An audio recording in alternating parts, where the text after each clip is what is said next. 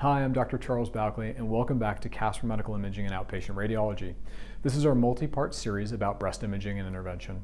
And we've kind of covered some bases about what screening mammography is and why it's important for you, diagnostic mammograms, and what that truly means in terms of better characterizing something that was found on the screening mammogram, which leads us to the different biopsies that can be performed of the breast.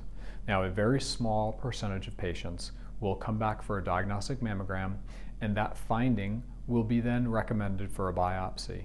It's important to understand that it's a very small proportion of patients, and many of the biopsies performed are completely benign or normal tissue.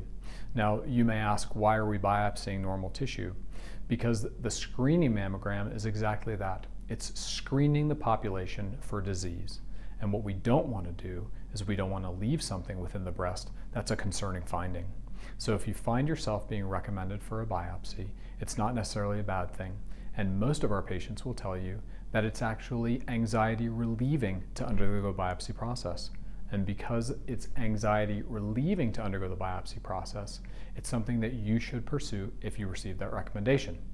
So a few things that tend to happen in this series of events. Number one, after your diagnostic mammogram, not only will you, but also your referring provider will get a copy of the report. So you'll see right there in black and white what's being recommended for biopsy.